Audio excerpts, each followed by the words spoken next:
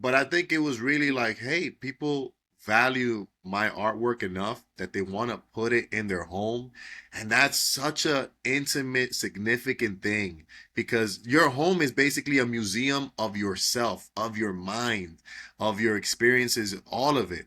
And for someone to be like, I think that what Dario made fits my life and is a representation of me, that's so humbling, right? Like that's such a humbling moment. So even whether it's like a $15 print or like a $2,000 art piece or lo que sea, right? And I've hit those too. Those are fun. Because when the check comes, I'm like, mira, mami, ese Yeah. es el hombre de la For, casa, tú sabes. And she'll laugh and she's yeah, like, for real. I made more money than you, bro. You better chill. Um, but but even with stuff like that, like the feeling is the same. It's hey, someone thinks that your voice is is like a song that needs to play in their home. It's like a That's dope. song, and that's how I look at it. Welcome to Uptown Voices. From Harlem to the Heights to the northern tip of Inwood, we're here to celebrate our people and together seek solutions for the difficult issues we're all confronting as neighbors. Regardless of what hood you represent, we share the same goal, creating the best community we can, somewhere to enjoy, where we can build our lives and raise our children. We want to thank 181 Cabrini, located on the corner of 181st Street and Cabrini Boulevard, for its generous support for this podcast. It's your neighborhood bistro just steps away from the North Walk of the GWB. Stay tuned for a discount code that you can mention to your bartender or server the next time you visit the restaurant. We also need financial contributions from listeners like you to produce, improve, and expand our content. To contribute, please scan the QR code on the screen or visit www.livingamericana.com. That's living without a G. What up, everyone? It's Led Black of the Uptown Voices podcast, along with my brother Octavio Blanco, and we have none other than my brother Ruben Dario Ramirez, better known as Arba Dario. Brother, how you doing, man? I'm doing well, fellas. How y'all doing? Doing good. I've been a fan of yours for a minute. We've worked together on different projects. It's always been a pleasure, just dealing with your professionalism, your no nonsense, but your artwork, man. Your artwork really kind of like it almost moves, right? Like it does not standing still, if that makes It sense. is You know so what I mean? dynamic. So yeah, super dynamic. And by the way, my brother-in-law, I gotta give a shout out to my brother-in-law, Ricardo de la Cruz. He's like your biggest fan. His beautiful apartment on Cooper is blessed with your artwork, man. So gotta give him a shout out. But how did you get into? Have you always been an artist, or did you just pick up artistry? Because I say that because my daughter, my youngest, is an artist now, but she wasn't always. Yeah. And so, were you always an artist, or did something come later in life? Honestly, I think I was always an artist. So my first memory drawing was I think I was like 3 or 4 years old. And I was part of the Head Start program right in the Heights on I think it's right in front of Columbia Presbyterian. So I was part of that Head Start program, and I remember they would do house visits if I'm not mistaken, and there was one time where they brought like a huge roll of that recyclable brown paper that they let kids just go ham on, and for some reason like my first memory was just rolling that up on my wall in our apartment and just going to town, and then like the teacher turning around and saying, "Whoa, this like that's actually really good." Like, well, Wow. that's pretty good. Good, you should consider like encouraging this. And she was speaking to my mother, and my mom absolutely doubled down on that. I still say that the reason why she named me Ruben Dario was because of like I believe there's a poet named Ruben Dario. So Oh, it's I like see. that's artistic, and she's always wanted me to be in the arts. So yeah, from a young age, I've always been drawing. I would like when other kids were asking for PlayStations or for sneakers, I was just begging my mom to take me to Pearl Paint on Canal Street. I don't know if y'all remember Pearl Paint. Yeah, I remember Yeah. Pearl Paint. But Remember Pearl Paint. literally I would just beg for sketchbooks. I would definitely not steal art books from the library. Never. Never. That. That was Never. never me. That's never another would not Ruben do Dario. That's another Ruben Dario. I've never looked at that library card. That joint is probably $1 billion in debt.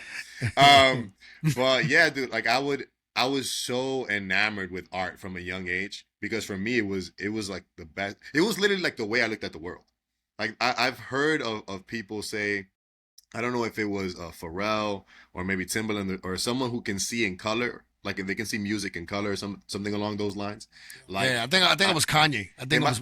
it might have been Kanye, right? Because he was an artist too. All right, R.I.P. to Kanye. Yeah, R.I.P. R.I.P. I miss that guy. That's the old Kanye. I miss the old Kanye. He's still a creative genius, but he's on some other joint.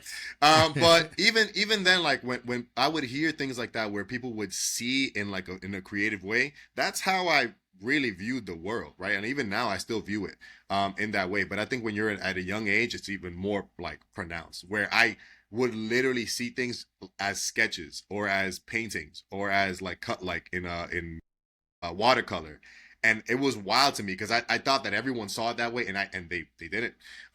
So yeah, that's when I knew. I was like, oh yeah, I'm an artist for real. And then the final nail in the coffin for me that like cemented it was when I was in fourth grade. I was in fourth grade and I had this teacher. Her name was Miss Carson's Hall. And we had this assignment. What school was this so people know? I was a part of PS 128. I was Gotcha. PS 128, right on 168th Street. Gotcha. So I was there, and we had an assignment where we had to draw one of the presidents, and I chose Benjamin Franklin. And I drew it. I didn't like trace, but I drew it in fourth grade. And when I came to school and I gave in my assignment, I was looking at my boy's drawing, and I was, I kind of looked at it. I was like, "Dag, son, like that's a little rough." Like, come on, son. I don't know, right? But you're kids, Yeah. you're joking around. She heard that, and in front of the whole class, she came and said, "Listen, well, at least he had he was at least he tried to actually do it because you were clearly traced it." Wow. And when she said that, I looked and I was like, "You think I traced this?" And she said, "No, you clearly don't lie to me. I know you traced it." And that's when I knew. I was like, "Oh, I got it. I got That's it." amazing. Because if you think I traced this, I was like, I got the sauce. So ever since then, I knew I had been blessed with that skill set, and with the ability to just do that.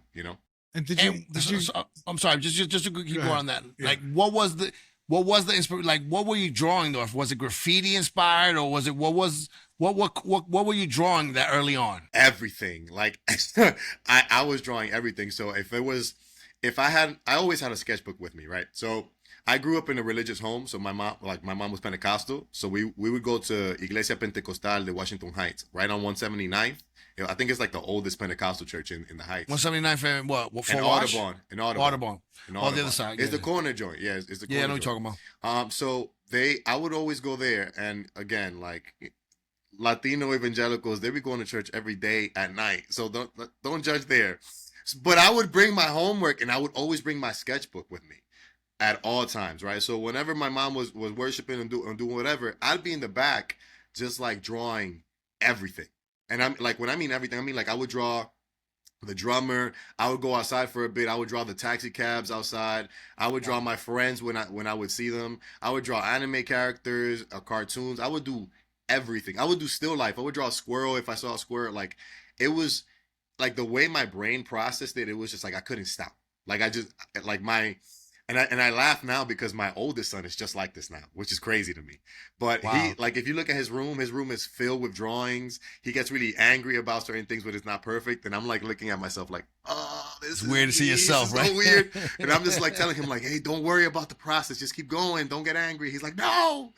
But God damn it, Dad. This is not what I wanted. But it was that. It was just like nonstop drawing. I would say like in late elementary school, middle school, I started getting more into anime and things like that because all my friends and my bullies liked anime. So I kind of used that as a way of like making friends and like just not getting my ass kicked in school. But yeah, like I just drew everything. Like I drew everything, and it was also a way for me to connect with my community, right? Because again, like I said, I grew up in a very religious household. So in that Pentecostal culture, everything is el mundo, right? So like all of these things like bachata, merengue, like your community, like literal culture, all of that is like you're not supposed to be a part of that. But for me, I was like enamored by it. Like yeah, I was like, wait a minute, like this is us. And then I would also see other Christian churches where they were like, dude, you can listen to whatever you want. But that wasn't where I grew up. So for me, it was almost like my way of like participating, but still from being like this outside perspective. And I think that that's really shaped me as an artist, because I've always felt like, even though I love my culture and I was always been a part of my culture, there was always a part of it where I was like, I knew that I didn't get to experience all the things that everyone else experienced firsthand con su mano. I looked at everyone You do it. observed it. I You observed it. Yeah, And yeah. that experience of observing made it so that, like, whenever I make something and people are like, wait a minute, like, how did you get all these intricacies, all the, and it was because I wasn't, in many cases, I wasn't participating in what was happening. I was observing it the whole time. So I remember details and all these things that, like, a lot of people were like, wait, like, how'd you get this? Like, a good example is, when I did a piece called Bakery, right? Where I literally thought about every single bakery I've ever been to in the Heights. Everything from like the jamón y queso, the what's it called, the relleno de jamón y queso, all those little things, and like the lady in the back of the store, like making the bread, or like the people that would come in, the types of folks, because even in the Latino culture, there's different subcultures. There's so many things happening all at once, Right. and it's so much that you miss it. You, if you're not like taking a second to see it, you miss it, because to you it's so mundane. But for someone who's like, I'm almost ostracized from my own community and my own identity, but I'm observing it almost from like a not a bird in a cage, but definitely almost in that sense. Like, I'm memorizing it because to me this is all I got. Like, this is what I got. This is the Or story. that's what you're Uh, missing in a way. right. That's what That's you're what I'm missing in a missing. way. Right. So You a know, because lot. Yeah, go ahead. Sorry. I was gonna ask you. I was gonna ask you, like, because obviously me and Led, we love Uptown, right? That's what we're doing on this show, right? But you have this real love for Uptown. It's like your muse. And I discovered your work on Instagram. I remember I saw it. I saw you had a piece on J Hood Wright Park, and Yeah. I was like, wow, that is really cool. I'm a fan of pen and paper, pen and ink drawings, right? And so this is a black and white piece that you put up there, and I was like, wow, I really like that, and I reached out to you, and so now it's up on my wall, and I love it. But so I was wondering, like, how do you, after a lifetime of being in the Heights, and I could ask Led the same question, but I'll ask you, after a lifetime of being in the Heights, born and raised, I'm assuming you were born and raised in the Heights. Yeah. Born and raised, yeah. So you're in the Heights your whole life. Like, what?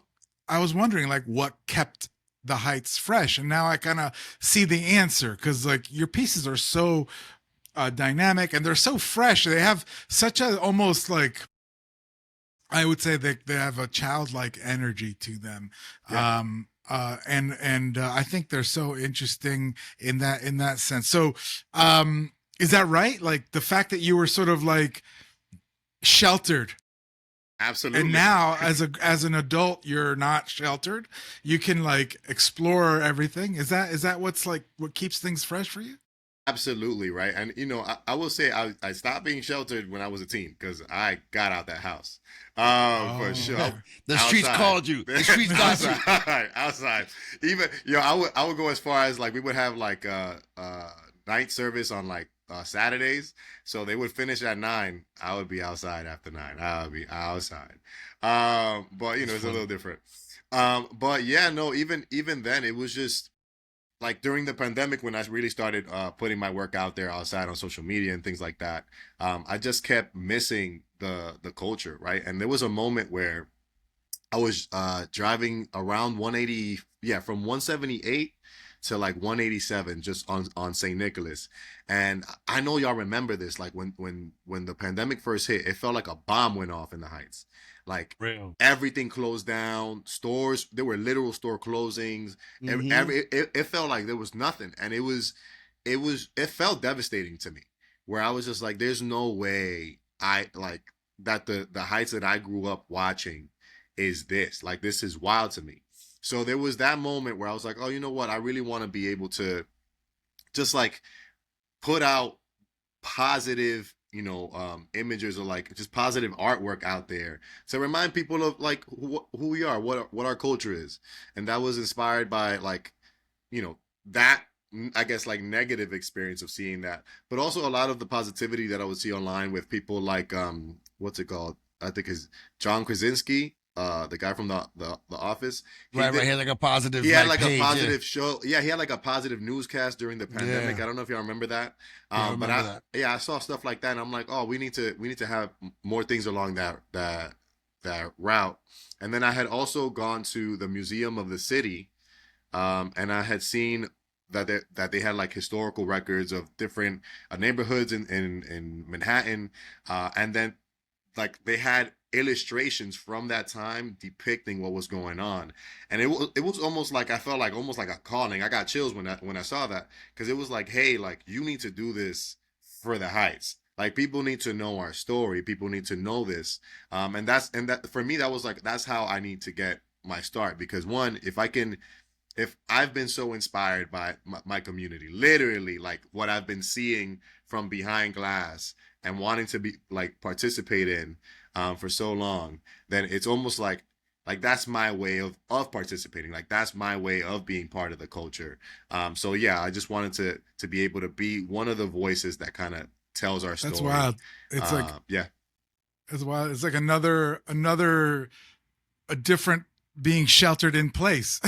You're a kid Right. sheltered in place, and it got you drawing, and now you're actually an adult sheltered in place, and you wanted to do something with your art.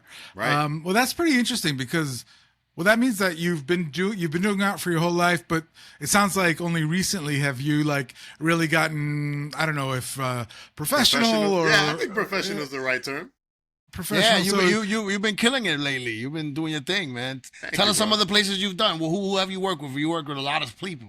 Oh, yeah, actually.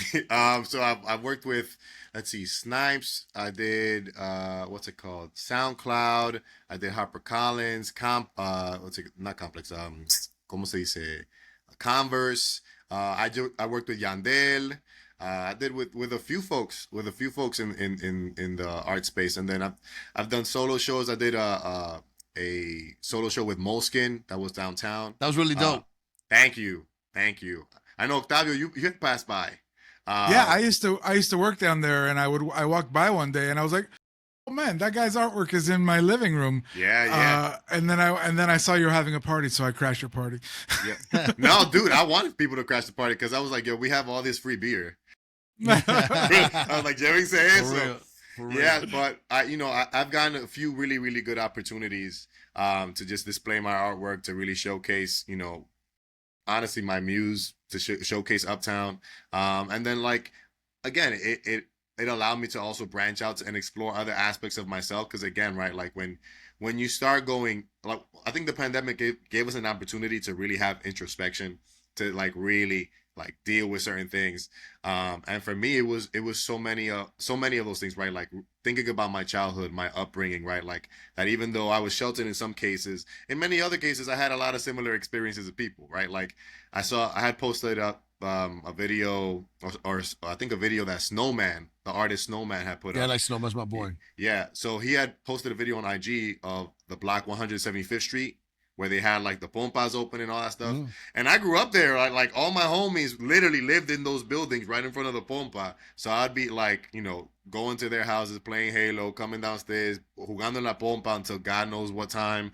And then, it hit like 7, 8 o'clock, and you're like, wait a minute, I don't got quotas to call mom. You better get your ass home. So it would be, experiences like that. And I was inspired by that, but then also during the pandemic and that time of introspection, I was also like reflecting back into myself. And I think that's the journey of every artist, right? Is many of us don't may not be the best well spoken. I think I'm okay, but we may not be the best well spoken. So the way that we express ourselves and express our feelings, our pain, what we see, our the good, the bad, the ugly, is always through art. So even more recently, I've been like putting my artwork out there that's a little bit more like, hey, introspection. Like this is where I'm seeing. I've been spending a lot of time online. I think because of the pandemic, all of us got way more addicted to the internet, way more addicted Right. to the digital, and even like the things that we share, like if you're Dominican, you're on the Team Dominican side, or you're on the Uptown side, right? Like you're on those pages and you're constantly on there, and I'm like, why? It feels weird. Something's off here. So a lot of my artwork has been reflecting that recently. But it's balancing that, being able to draw and paint what I'm seeing from the outside, right? My community, my world, but also at the same time being able to like paint and draw this new world that we're all like being a part of when it comes to like the digital stuff. So yeah.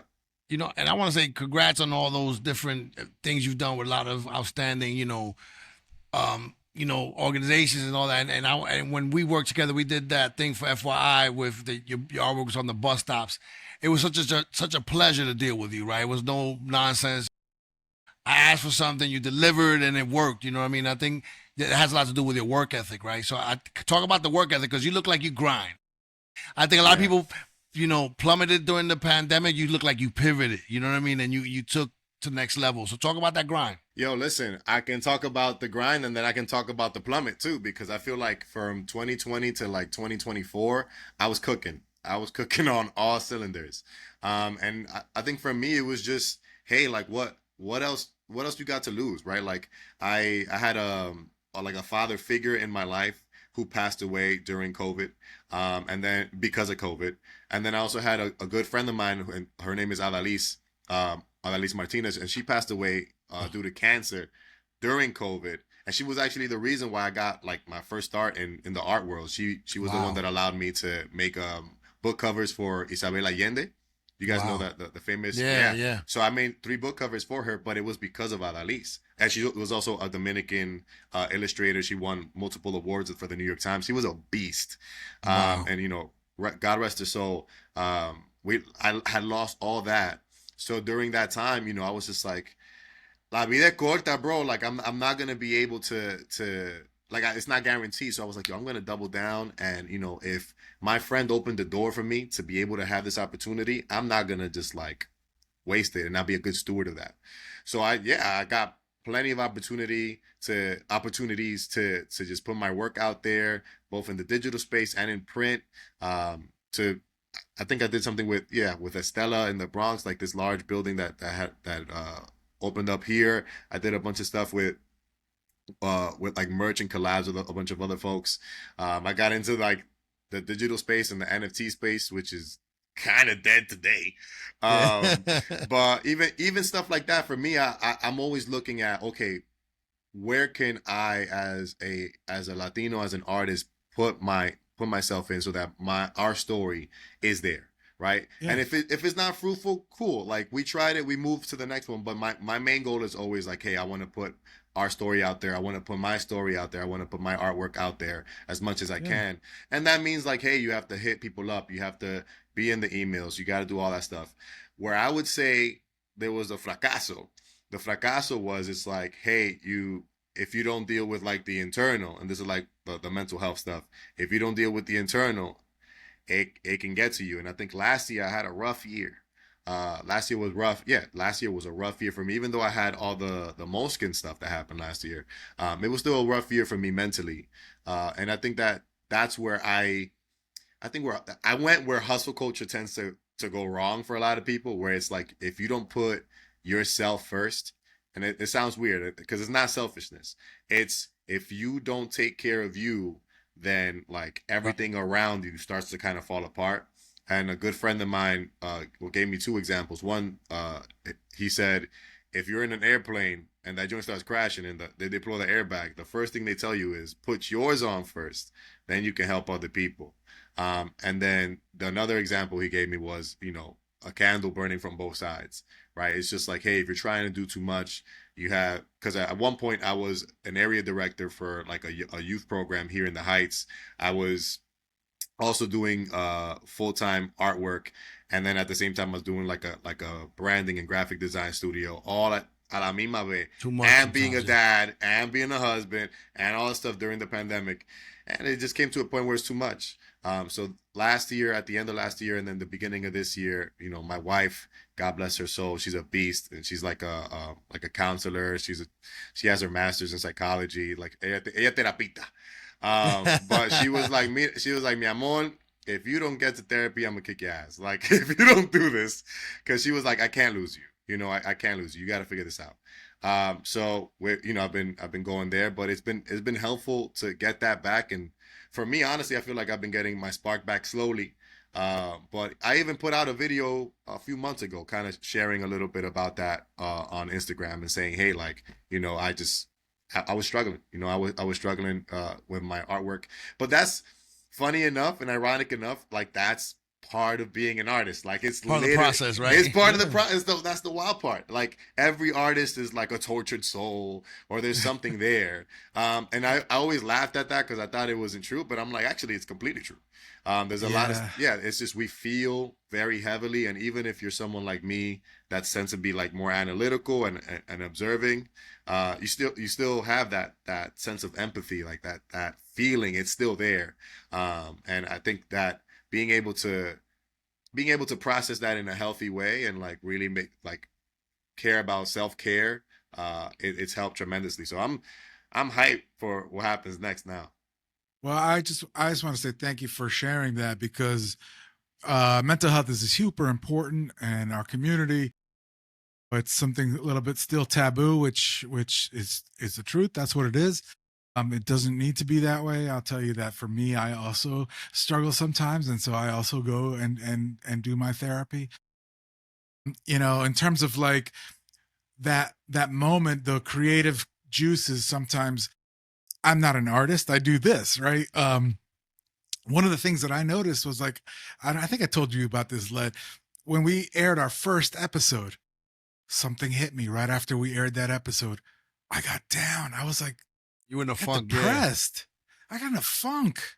And it was, I think, because I was so excited about publishing the episode and getting the podcast going.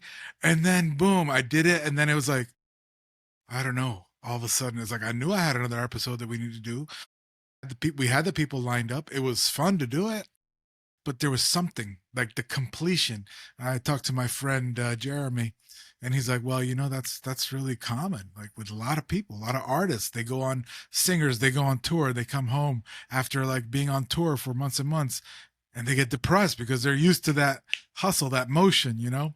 Yeah. So it's tough to not have that, and it's also tough to just like go through your ups and downs. Life's a roller coaster, and let's face it, we've all had tough times in these last few months. It's been a difficult time.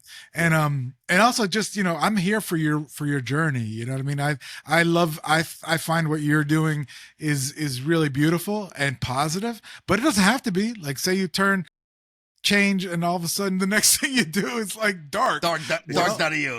dark Dario. Well, okay, I'm here for that too. Listen, I'm I here had for a that collection too. that was dark. There was a dark. You had a dark collection. I had a dark remember. collection, and yo, El people bought Cuco. that It looked like El joint. Cuco. Yeah. People bought that joint. They were a lot of my emo friends were like, "Yo, this is kind of dope." I was like, "El diache loco," but I mean, I want to just, before you go on, I just want to thank you for also sharing about your friend and her cancer. I don't know if you know this, but when I met you, and yeah, I remember you brought the picture up to my apartment building, and I came down, and I was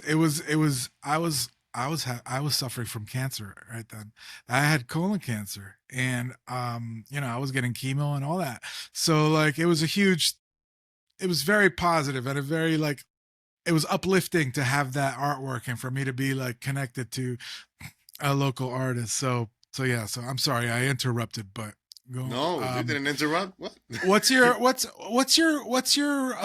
support system like? Is your mom, you talked about your wife? I mean, my parents are big art lovers, but they never encouraged me to study art or to do art or to Yeah. or to be an artist. I mean, frankly, diving into art when you did sounds like maybe it was a risky move, and that's possibly why the grind is so important. But yeah, so tell me about your support system, and also how risky was that? What were you doing beforehand?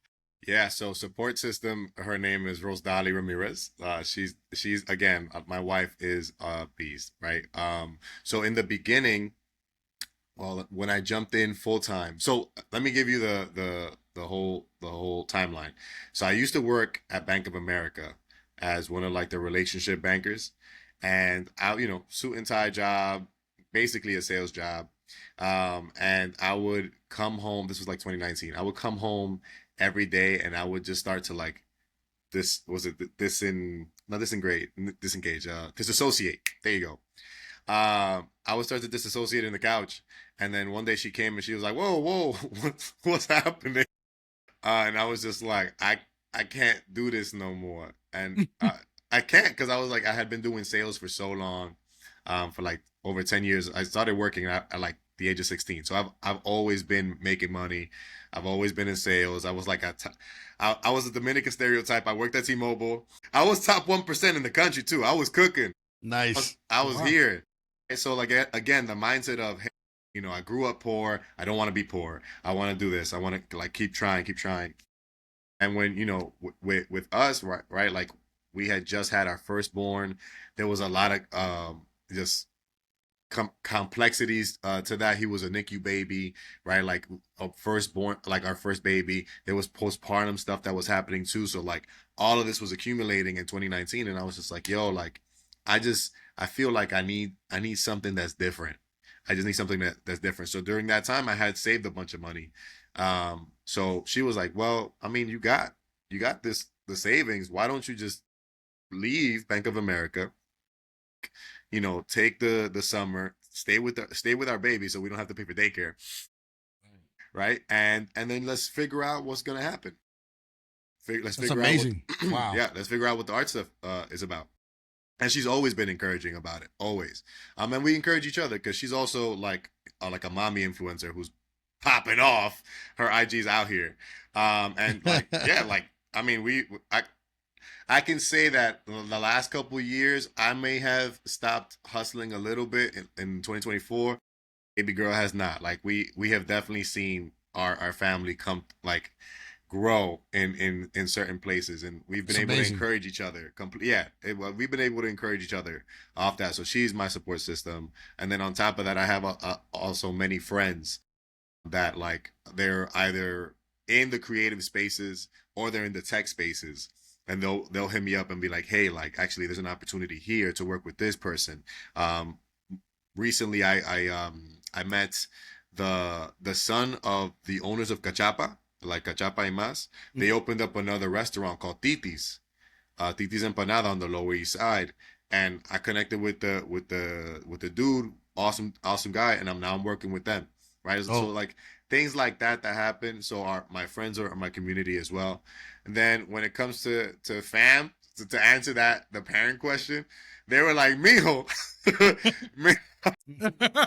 y bombero.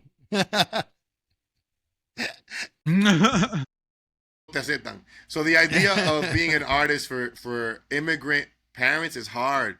It's Yeah. hard, and you understand it because it's like, yo, they came here hoping to either give you a better life or at the very least, so that like, you know, just by osmosis you might have a better life. Hmm. And then you tell your parents, I want to be an artist, and Yeah. they're like, no, mijo, no. ¿Tú quieres dibujar? Dibuja on the side. Dibuja on the side, papi, no. And now, last year and this year, I was like, damn, maybe they had a point. This joint is hard. But again, it's like when you have a skill set and a talent, and like, yo, it would be almost like a waste of potential for me to not do this. Like it almost feels wrong for me to not do this. From an identity perspective. At that point, you gotta just go, right? You just gotta go. So yeah, so there's that. I know there was a second question. What No, was the second question? no, that's good. No, that was it. That was like just the question was about the risk, which I think you answered. Oh Your yeah. and your support system, which you also answered. But yeah, I mean, I think that to answer the question of like of the support and people who are like tú quieres dibujar, because that is such a reductive way to describe what you're doing, right? It But is. but that's how people see it. But you can also say You can't even blame them. No, you can't. Yeah. You can't. Like you they couldn't, can't, you they can't. didn't have that option, right? They had And to you can- work. No. So yeah, that's what I'm saying. Is like, for this is proof that, hey, you mom, you successfully have given me a better life, because right now I can choose to draw. You know what Yeah. I'm saying? Like, it's Yeah. like, you succeeded. Congratulations. You know, like, Yeah, they don't look at it like that, but No, they don't. yeah, yeah. For them, it's just like, bueno, mijo, el señor te va a bendecir like my mother-in-law, because again, it's like the in-laws too. They're like, wait, you left Bank of America You left to be a an bank, artist? to a bank, a bank. Yeah, yeah. Thankfully, that's my where mother they hold the yeah. money, right? He's like, why? But my mother-in-law, actually, shout outs to her. She's also extremely supportive. So Nice. she knows that, like, I love her daughter, and I've been here, and I'm a good dad too. Right. But she's super supportive too, and like, again, I have people in my life that, again, I think that if they were to see me and say, honestly, bro, you're not. You might not have it. You might not have the hot hand like you think you do. They would be honest. I would hope they would be honest and say, "Hey, don't do it." But I think that there's been a tremendous support from like that internal, from the family and friends. But I would also even say, right, there's been tremendous support from my community. In period. Like, man, I don't have that many followers on Instagram. I have like 4,000 something. So when the fact that I'll go and I'll make a post, right, that's about like, or like I'll post one of my artworks that's for us, and then I'll close my app and then open it and see 2,000 plus likes on it, and it's being shared by todo el mundo y su mamá, and I'm there like, yo, where is this coming from?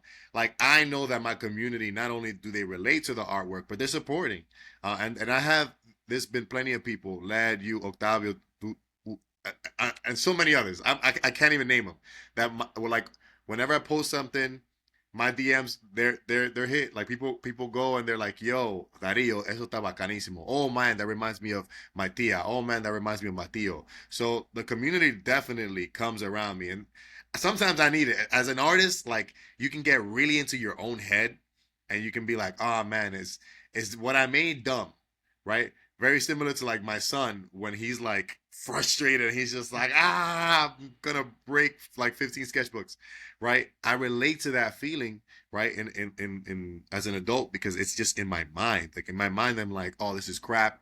Nobody thinks this is cool. This is cringy. Like, nobody can relate to this. And then you post it, and then someone's like, oh, dude, like this is hitting on so many levels. And in my head, I'm like, why did I think those negative thoughts? Where the hell? Right. Where's that coming from? Right. But again, it's like getting out of my own way and being reminded by my community that, hey, like, my voice matters. And not only does it matter, but it does a tremendous job of showing other people's experiences that maybe, going back to what I was saying, like my life, maybe I didn't have that direct experience, but I saw it.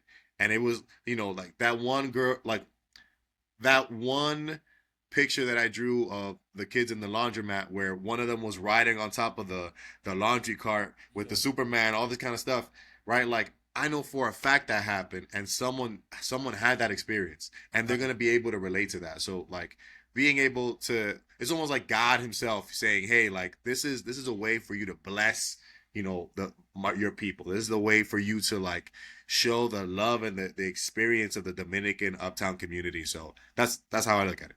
Lad, I think now it's time to take a short pause so that we can pay some of the bills. You want to tell them a little about donations and how they could help the show? Absolutely. We can't do this without contributions from our viewers. You're going to see a QR code which you can scan. You can make a contribution towards Uptown Voices. It's going to be helpful for us to elevate our production. We have dreams and aspirations of doing live shows. We have dreams and aspirations of being on location at our various cultural institutions, and we can't do that without contributions from viewers and listeners like you. And we also can't do that without our sponsors. And this pilot season, we are lucky to have a great sponsor sponsor, 181 Cabrini. It's our neighborhood bistro. Both Led and I are just steps away from 181 Cabrini, and we love it. 181 Cabrini is located right there on that corner of 181 and Cabrini, just steps 181 away. and Cabrini. Just steps away from the bridge. So,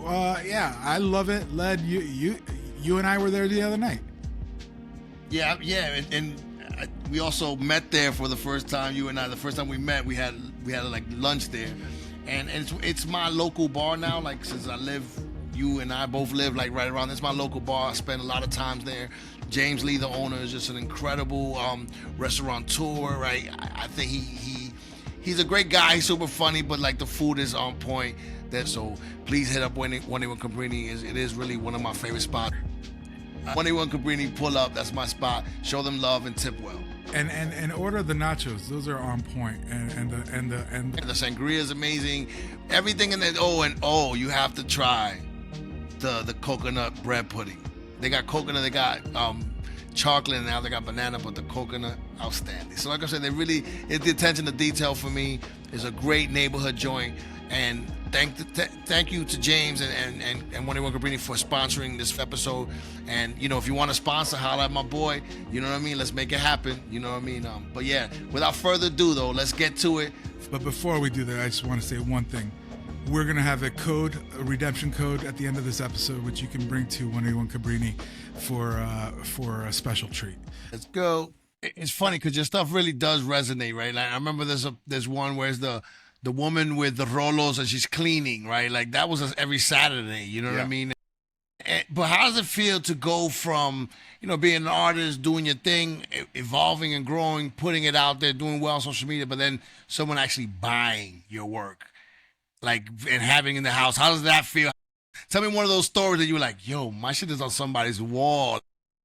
Yo, I'm not gonna lie. So when I first started, I was using, I think it was Etsy or Society 6. Maybe it was Society 6. It was a website that you can just upload your artwork, and they would charge you a little fee and then make the prints and all that stuff. And in my head, I literally told myself, I'm going to put this out there.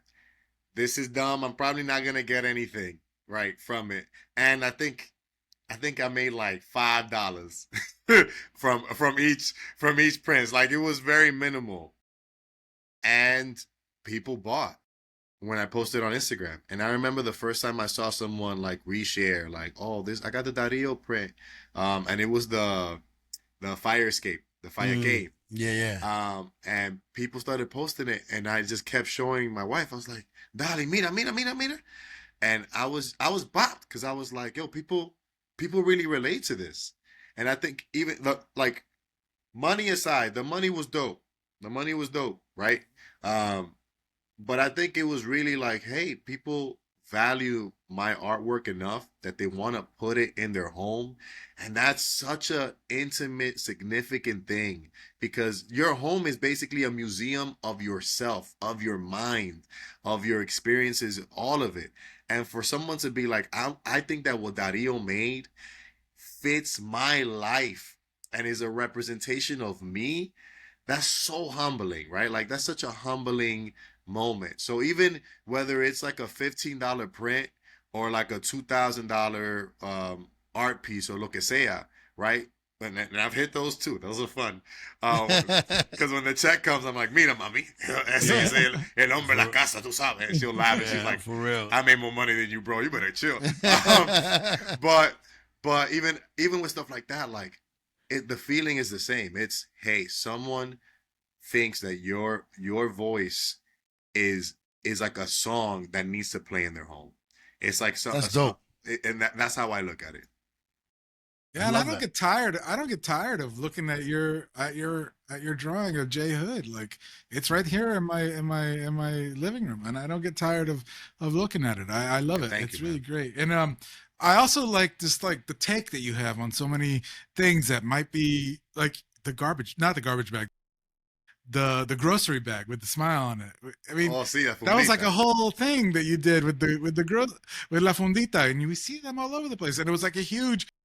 And now they're not, you can't get them without paying for them now, which is, I guess, good. But I just loved that. It was so playful, you know. It was so you just took something from everyday life and you put it out there and in a playful positive way, and I think that's so wonderful. Even J Hood, right? You've got the hookah smokers and you got the loud boom box, and you know a lot of people might have problems with that, but for you and for me and for a lot of us, that's where we're at. That's what it's about. That's and enjoyment, you know. it's So true.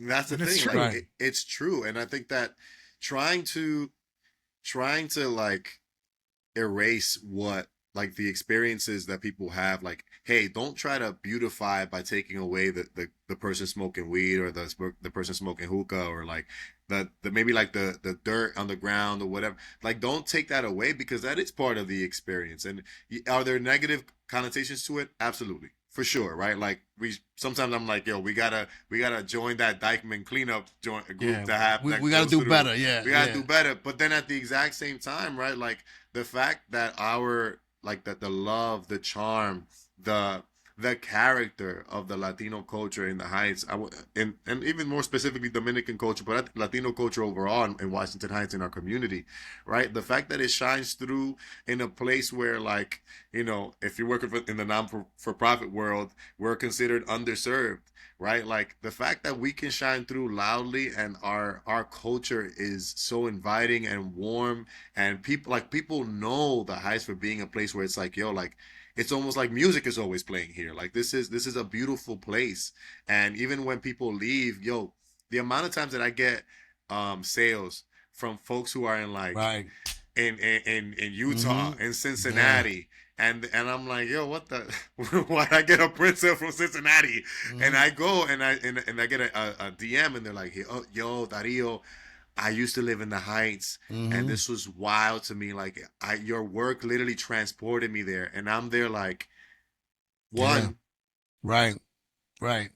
because I'm like, yo, nosotros, it's just a different vibe, and not just Dominican, but like living uptown, like, it's such a tremendous experience, and I wouldn't trade it for nothing. Even, and yeah, I wouldn't trade it for nothing. and that's a good point too, because sometimes I think like poor people need a place to be poor people, right? Yeah. And what I mean by that is like so for example, my mom still lives in the same apartment she lived in '79, right? Same. And when I go on Saturdays, we play dominoes and drink, right? And I don't gotta play music because the neighbor beneath me, his music is so loud, like my glass shakes. You can feel it in your heart, right?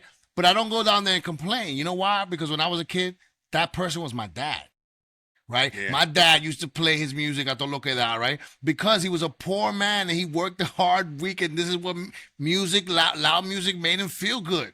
He and needed that shit too, like and it was part of the community. right. Because that's another thing, right? I think that, and man, we can jump into this, but I feel like COVID really robbed a lot of folks from that Mm-hmm. sense of community. That, like, growing up, I remember celebrating Christmas with my neighbors, which Mm-hmm. was wild, right? Where now, like, that idea is so far from so many pockets of the Heights and Uptown, that I'm like, yo, the reason why the bocina was so loud was because everybody was outside and we were all dancing, Right. right? Now it's like the bocina's loud and now everybody's annoyed. And you're like, Mm-hmm. well, I get it, especially as a dad of young children. I get it. I understand. Mm-hmm. But at the same time, you have to know, right? Like, that is our culture. Like, that is Uptown. And I think that, you know, is it complex sometimes? Yes, but that's something to be celebrated, not something to just, like, kind of like, put to the side or try to, like, mute.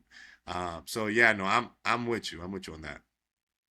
So now, so what do you think is being born now in your artwork, right? So you went through something, now you coming out of that. What do you think is coming out? What do you feel? You don't have to tell us everything, 'cause I know you gotta keep some secrets, but what are you feeling? What's happening? Yeah, I can tell you. So I've been living in the Bronx, right across the Heights, for now 10 years. It's gonna be 10 years. So I live right. Oh, I'm not gonna tell you everybody, but I live very close to the Heights, but I'm in the Bronx.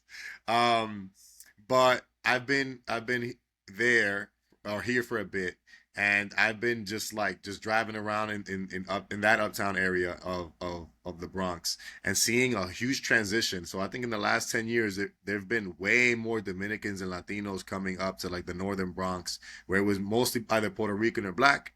But now there's like way more Dominicans, way more Latinos. I think there's Central Americans también that are here as well. So I've been just observing, and I just been workshopping a collection, a series recently, and I'll say it here. It's called Jerome. Jerome, Jerome. So Jerome, and it's based off of all the mechanics and all like the workers, the auto workers that are there, Dope. like the blue collar workers, Yeah. Mm-hmm. and just the idea of like just showing their stories, because there's a lot of like Latino culture there, a lot of it, right? And you hear it. And even though my mechanic is in the Heights, actually, he is. He's like near like the 10th Ave, I think. But even still, like that idea of like, yo, I'm gonna take these businesses that are blue collar businesses that are, again, in our heads we kind of just pass by them. In our heads we're like, yo, eventually they're gonna knock that down and put a 25-story residential building or something, right? You can pass by it, it's a dirty place, you know, but if you just chill for a second, just stand there, they're playing music a todo lo que da.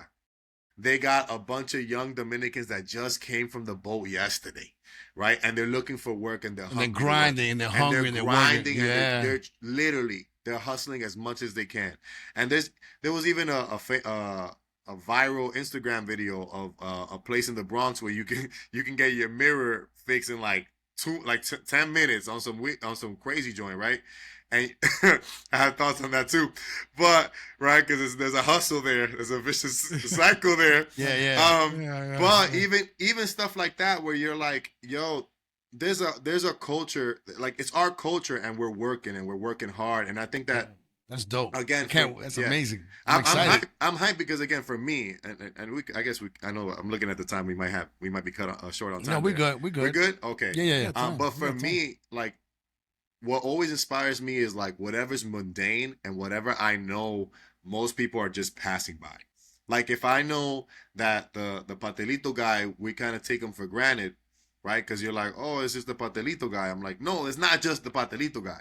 Because if that pastelito guy's not there for like a week, people are gonna be like, yo, what happened? The fact that someone that you have absolutely, you don't even know their name, the fact that they can have that kind of like impact in your life, because tú estás muerto de hambre, and you get out the train station and on 207, and you know you can go in front of the supermarket, and you're like, yo, I know that the dude with the blue cart and the pastelito joint, I'm gonna get a Johnny Keke, una vaina. The fact that like we don't acknowledge that as being part of your life, part of your story, like to me, I'm like, it feels mundane because you pass by it so much, but it's actually such a significant part. It needs to be, you know, given put in a pedestal. It needs to be put in a place where we can give it honor.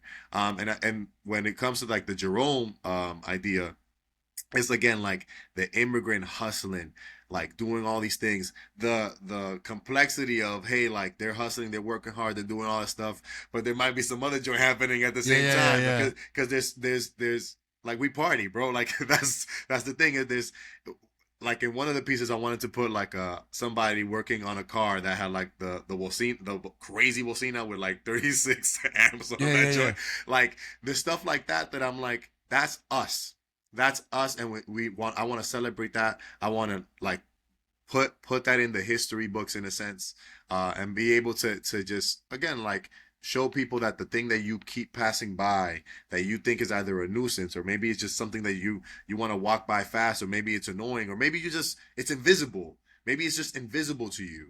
It's actually part of you. Like it is part of your culture. You just don't acknowledge it until somebody just isolates it for you and gives it to you in a way that you're like, oh wait, this matters. Like I didn't know how much it mattered, but it matters. That is so dope. I'm sorry. I gotta say two things real quick. First of all, I'm so excited as a fan of your artwork. Super excited. But I also want to say, as this podcast, this is an exclusive, right? We breaking news here. Yeah, we breaking news right now. So y'all heard it first. But you know, it's funny when you talk about Dominicans in the Bronx, right? There are actually more Dominicans in the Bronx now than in Washington Heights. You know, you could argue that we're more concentrated in Washington Heights, but in terms of just sheer numbers, the Bronx is becoming like an extension of Washington Heights to a degree, and its own thing as well. But as far as food, you got ajo y oregano, That's See? killing it. You know what I'm saying? And Tilila, like the vanguard almost of Dominican cuisine might be in the Bronx now. If we're being honest, that's a whole other thing. But one thing it's funny you say that about like the mechanics, right? So we have to do another episode at some point. I'm not sure who's gonna be on it, but about car theft uptown, right? Oh, You gonna Because tell me? I've got my car stolen, I've got my mirror stolen, I just got the H emblem, the Honda emblem stolen, Yeah, right? yeah. But what's funny, right? What happened was this guy in my building had the same Honda CRV 2023 Sport, same exact car, color and everything. He had it before me. I actually saw it and I wanted to get it. But anyway, so when I saw it, he actually got the H stolen, right? So what's interesting is behind the H emblem is the sensors. So if they steal the sensors, it's worth money, but it messes up your dash, right? So when I saw that, I was like, oh.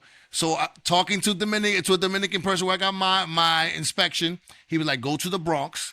So I went to Inspire Auto, like on one, I forgot exactly where, but Inspire Auto, shout out to them. And they basically, Dominicans created, look at this shit. They created like a box for the sensors. So they put a box for the sensor and then they screwed it and then they put, glue, like industrial glue on it. Then they put industrial glue on the H. The H got stolen, but they didn't take the sensors. And that's Dominican ingenuity at its finest. And that's what you're going to be capturing, right? Like, I think Yes. that's so mind blowing that even through the bullshit, the stress, the struggle, people shine through and they make it happen. And it's loud. Like going into Spy Auto is so, it's like an experience because you're waiting with like 100 other people. There's no order really. You got to wait. You got to reverse in and out. Like it's insane that. But Bro, it's pure chaos. it's pure chaos. But if it wasn't for them, I would be missing my sensor and be down not just an emblem, it would be $2,000, right? Yes, So because yeah. I spent $200, I saved myself some money because this is the environment we live in now uptown. That thank you for doing that, man. And if you could speak a little bit more about that ingenuity, right? Like that's the thing that like we somehow make it happen, right? Yeah, I mean, we make it happen because, listen, no hay de otra. Right, like when someone says, "Mira, hay que hacerlo, mira, pa'lante," like that mindset is what, and this sounds weird. This goes back to the point of like our parents kind of struggling with like mental health and things like that. I personally think that a lot of immigrant parents look at their first, second generation kids born here, and they're just like, "Pero qué pasa? Pero we had it harder. Why are you going through these things when like." I literally came from the mud and I'm here. Like, why is this harder? And I think it's just the mindset of once you have it, right, or once you have more resources, you kind of have like resource paralysis. So except when you're an immigrant and you came here and you came from nothing, but not only did you come from nothing, but your entire family might be depending on you. So this idea of like, es que no hay opción.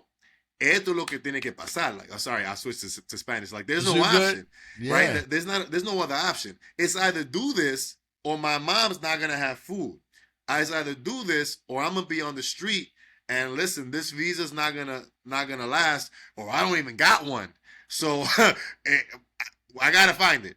And if I don't want to do it the other way, right, in the streets, then I gotta try to hustle as hard as I can in whatever capacity I got, right? So, if I'm gonna be a super or a porter, I'm gonna be I'm gonna be there 24 hours. I'm gonna clean. I'm gonna like bust my ass. Actually, my porter in my building, we have porters and supers, but hey, like a porter. Mira, but they're all Latino. They're either Dominican or black. But there's one dude que tú sabes, he's like an old Dominican grandpa. And this dude hustles, bro. Like this dude, when I tell you, there was one time, oh man, we're getting a little bit off topic, but again, this is the muse. We good. This is the artistic muse. There was one time I think I was giving away a stroller or taking a stroller downstairs or something, some kind of furniture, right? That I'm like, we don't use it. It's taking up space. We ain't paying for storage. Entonces va. I was like, we were doing spring cleaning. I'm like, entonces va. I take it downstairs, and homeboy was like, "Oye, mijo, oye." My man came running. He said, "Eso está bonito. ¿Qué está pasando ahí?" And I was like, "Papi, esto es tuyo. Si tú lo quieres, ¿qué va a hacer con él? Eso ni nada. ¿Qué le pasa a esto?" And he starts, and I start telling him like, "Well, it's actually kind of broken here, whatever." And he's like, "No. Dame eso. And my man, when I kid you not, mira, con Dios como mi testigo. Uh, Matatán, ¿y cómo te arreglaste? Y él me miró y dice, tú sabes, culture is very much just consuming. Like they don't come from just consumption. They come Right. from we buy, we fix, we reuse, we don't throw away. We're gonna, and not only that, but it's like, hey, it's the same mindset when it comes to work. I'm not just a super. I'll be the delivery guy. I'm not just the delivery guy. I'll go clean. I'll go mop. I'll be a janitor. I'm not just a mom. I also have a business. Yo soy peluquera. I'll do like Right. there's hustle. multiple. It's the hustle because you gotta be multiple things. Because if not, like what else is gonna happen? You're gonna starve. It's the superpower It's of the the superpower. immigrant. Yeah, It's absolutely. the superpower of the immigrant. And not to get political, but we have to get political, right? We have to Yeah. get a little Yeah. political Oh, gee. because Un poquito. it's the superpower of the immigrant, and the immigrant is being painted in such negative ways by the powers that be. It's horrible. This is like what sustains America. This is not only what sustains America, but this is what propels America forward. Yeah. You know, without the immigrant superpower, we're nothing. You know, so I you agree. know. I mean, here's the thing. I think again, if we're gonna talk a little bit about politics, a little bit, because I know Led is like this. hate Trump. By the way, Stop by the sounding way, like yo, side note, Led, remember when we were on that rooftop? Yes, And yes. I told you, I said, él va a ganar.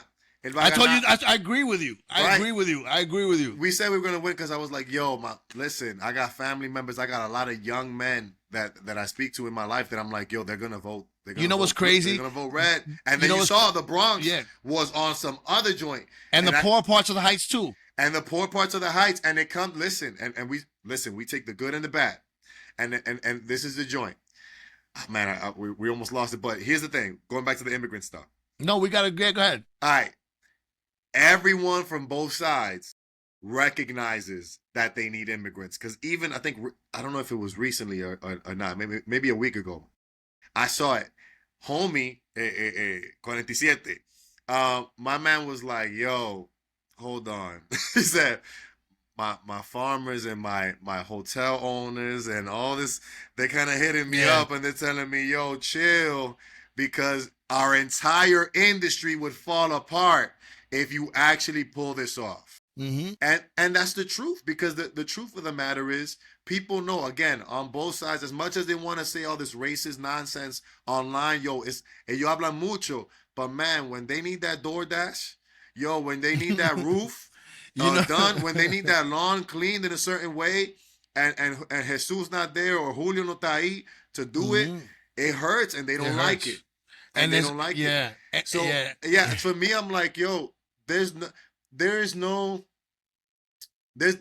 an idea of being so far above reproach where people can speak ill of you and everyone around you would be like, what the hell are you talking about?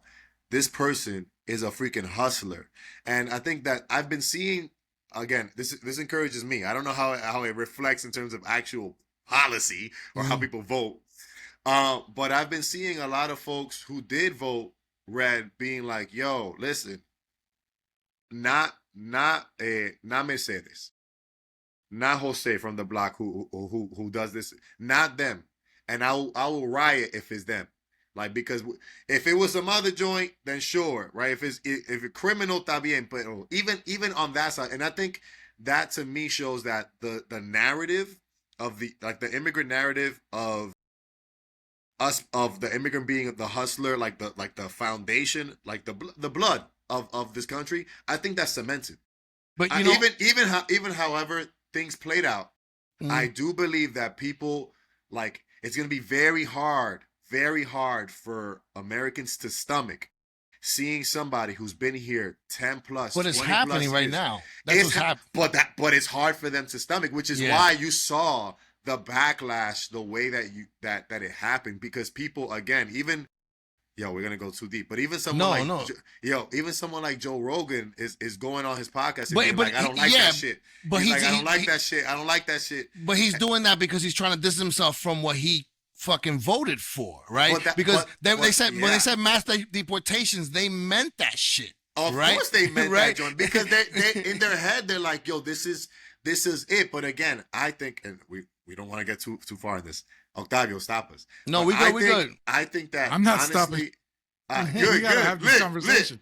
I think that it comes as a response, right? Because again, it's stupid. There's always a pendulum. There's never like oh, you know what? That makes sense. Let's go fix immigration for real, like the reform, so that instead of fighting and fighting for the semantic game for let's call it undocumented immigrants instead of illegal, so that people can feel good instead of actually fixing the system, so that Right. you can allow poor people to come here without exploiting them, right, on the low, but then in public being like, oh no, we gotta kick them out. Pero I start talking in Spanish. No, but you know but what? with I know all the what homies, you want to exploit them como esclavo. So But for the thing me, is I'm that- like, yo, what we doing? Fix the damn laws so that we can do it right, right? And when I say right, I mean so that you can give the poor, like what's it called, the pathway to citizenship? Is that the yeah, the but none of proposition? but none of that's gonna Well, then happen. Like, it's not, and that's the joint that hurts. yeah, So, like, when I they're say not it's gonna do funny it. because you and I had that conversation. It was almost a year ago. It was Yeah, like it was. around this Crazy. time. It was around July, right? You guys heard of Alligator Alcatraz? Yeah. What the hell is that? So Alligator Alcatraz is a new prison that they've created in the swamp in the Everglades in Florida, right? In the And it's around. Everglades. It's in the dead of wilderness. There's only one road in, one road out, and it's opening up like the dead of summer, mosquitoes, and they're gonna put 5,000 immigrants in there, right? Yeah. That's what I'm saying. Well, I hear what you're saying, that he did feel his rich buddies told him, yo, my man, I'm losing money. You know what I'm saying? Do something about it. Paper. But it doesn't matter because he says it one day, then the next day he's back at it, right?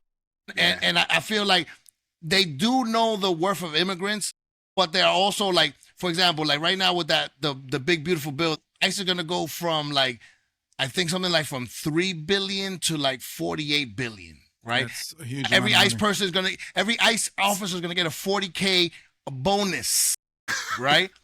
Right. So what I'm saying is that dinerazo. I didn't know this. I'm like, yo, like that's what I'm saying. So it's like we are in a place that we've never been before. Yeah. You know what I mean? And I Gee. think, and it's interesting. But again, I think immigrants are gonna find a way. You know what I mean? I think we're gonna find a way. And you're right. Without us, the country doesn't move. Yeah, And, no, but- and I think. hope, yeah, go I ahead, hope, I Octavio. hope. I mean, look, I hope that. I mean, Americans are renowned for their lack of a long-term memory. We've got just a short-term memory, but I hope that some Americans will have a long-term memory, so that when 47's term ends, we will actually do something, or even before his term ends, we will do something to address immigration, because it's not a Republican only problem. It was a Republican and a Democrat problem. Yes. We'll see. We'll see. What Real quick on ultimately that ends on up that happening. point, on that last point, and I know Led is more blue, but I told Led I'm more independent. In my experience, literally when I was growing up, I grew up with my mom telling me, "Mira, don't open the door to anybody that speaks English, because if you open the door and they see that mommy's doesn't have papers, mommy's gone." And who was the president back then? It was Bill. So for me, when now I'm seeing this, and I know that there are kids right now that are experiencing the exact same fear that I had, that I literally thought they were gonna take my mom in the middle of the night, and it made me not trust anybody who spoke English, specifically white people. I love white people now. Besito, Right. forehead kisses to all of y'all now. But back then, as a kid, I'm like, yo, these knuckleheads are gonna take my mom, right? So to think that that's happening now, in my head, I'm like, yo, this is like the war situation. This is a two-headed demon, right? Where one could do it, they could fix everything, and they slack. And Yeah. nobody's putting their feet to the fire, and the other one's pretty much straight up telling you, "We don't want you here. Hold Yeah. it there." So I'm hoping, and maybe with the let's see, the election of the Mundane. mayor, Yeah. maybe that, to me, I'm like, oh, okay, we got a shake up. Now Yeah. we can like really see, like, hey, this is what we want, this is what we need, and if you don't do it, we're gonna find somebody who can, because Yeah. that's the joint. We're gonna find Yeah. somebody who can. And can I just say one thing? I also want to remind our listeners and everybody else that the last time we had a big amnesty program, you know who did that, right? You know who? It was Reagan Bush? Ronald Oh, Reagan. Reagan. It was Ronald Reagan. Ronald Reagan. Right. That's what I'm saying. It's did that. a I'm not weird, saying that. it's a I'm weird not joke. saying that that's going to happen with this guy, but what I'm Reagan too, for the record. I'm just saying that. Yeah, I'm not giving no, Reagan any yeah. fucking credit. Him, Trump. But again, I know what you're saying. But and I want to say I'm not pro blue either, right? I want to say that I blame Biden for much of this shit as anybody else. But I do think we're in a different place. Understatement of the year. That boy messed everybody up. And again, it shows you. You know, you bring up Mondani, but it shows you because the Democratic establishment is more against Mondani. They put more against Mondani than Trump, bro. Which is It's mind-blowing. Bernie 3.0. We're gonna do crazy. it again, and that's again. We're supposed to be talking about art, but, No, but I'm like, yo, it infuriates me because yeah, I'm it really like, does. yo, this is the same play every time. And then when it happens, when let's say a more extreme version of Trump comes in to kind of as a response to the way that they're going to try to destroy Zoe, because all the quote unquote like crazy stuff that was happening on the blue side were actually coming from attacks towards Bernie, and then the Republicans came and said, "Oh, we're gonna just frame the entire party as that." The And Democratic Party, they did it to Bernie twice, bro. They did it to Bernie twice, and that he had that, and they chose otherwise. But what I'm saying that's what Mondani proved that old stuff is not going to work, and and it's not going to work. I'm also my last point is I'm also glad AOC read the tea leaves and was like, let me partner with Bernie because this is not gonna go anywhere. Like, I agree. The blue side needs a big shakeup. I'm glad that a 33-year-old for real, is out here doing it, because at the very least, even if he doesn't win, which I think he will, I think too many people are sick of it. Even if he doesn't win, like the fact that he was able to make that kind of splash means that there's a hunger for this. People want actual change and actual policy, because he does a really, really good job of speaking about policy and what he's gonna do, not just the slogans that a lot of these people do, that they say the right things and they wave the right flag, pero no hacen nada. Right, and you never saw Cuomo. You never saw Cuomo either, right? We'll see. I just want to say, like, I know. I am pro Mondani in many, many ways, but I also want to say we'll see, right? Because some of the things that he's saying are a little bit outside of his as mayor. They're not really in his power to do, but the message is true. The message is what came about, and I think that the message is also about humanizing immigrants and humanizing your neighbor and humanizing people, which is what I think that you do, Dario, Art by Dario. Like, and that's why I'm so excited about what you just described, Yerom, right? Like, I think that's going to be yet another brick in the building of humanity that you're building, that we're building, that Led's building. Is like, let's keep pushing that. As an artist, that's where your work is. Your work is so positive, it's so good, it's so reflective of us, of our neighborhood, of our community, of our people.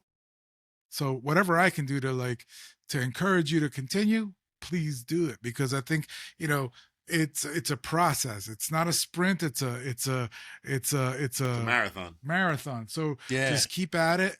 And you'll get there. I'm all for that. I think it's so great what you're doing right now. So my brother, we're gonna leave you with last words. You're super over. This is a great episode. I learned a lot. What do you want to leave us with, man? I believe that there will be a new project that I'll be part of for the Dominican Day Parade coming in August. Nice. So eyes on that. You can check out my Instagram, and I'll be sharing a little bit more. What's your Instagram? Give us all the. Okay. Instagram is Art by Dario, ArtByDario. Same for Twitter, if you're on Twitter, but I'm barely on that thing if you want to use that. But mostly Instagram. You can check that out. But I'm gonna be working with, I believe it's called Muse Gallery, but they're gonna be doing a event at Ajo y Oregano. Dude, I love that place. Yeah, me too. It's fire. But they're gonna be doing an event at Ajo Oregano, and I believe I'm gonna be conducting like a class on painting.